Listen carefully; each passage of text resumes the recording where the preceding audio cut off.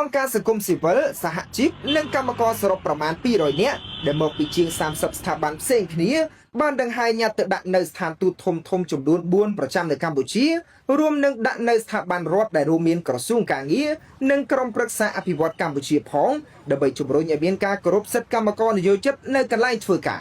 ទោះជាយ៉ាងណាការដាក់ញត្តិនៅថ្ងៃទិវាពលកម្មអន្តរជាតិ1ឧសភាឆ្នាំនេះមិនរលូនឡើយដោយសារតែមានការរារាំងពីអាជ្ញាធរខណ្ឌដូនពេញដែលភាគច្រើនជាសន្តិសុខខណ្ឌមិនឲ្យក្រុមសង្គមស៊ីវិលដង្ហែញត្តិដើរថ្មើរជើងនោះទេក្រុមហេតុផលថាអាចបង្កឲ្យមានការកកស្ទះចរាចរណ៍ក៏ប៉ុន្តែអ្នកចូលរួមដាក់ញត្តិយល់ថាជាការរឹតបន្តឹងសេរីភាពរបស់ពួកគេព្រោះពួកគេស្នើសុំដើរលើផ្លូវថ្មើរជើងក៏អាជ្ញាធររារាំងពួកអបកាចអស់នេះបងប្អូនមើលពួកវានឹងឯងជាអ្នកធ្វើឲ្យរាំងស្ទះចរាចរណ៍និងបង្កភាពអនាធិបតេយ្យតាមផ្លូវសាធារណៈគឺពួកវានឹងឯងបងប្អូនមើលទៅហ្នឹងហើយគឺពួកវានឹងឯងជាអ្នកមកបង្កបញ្ហាទាំងអស់ហ្នឹងនិយាយទៅបើសិនជាពួកវាជួយធ្វើចរាចរណ៍រៀបចំផ្លូវឲ្យ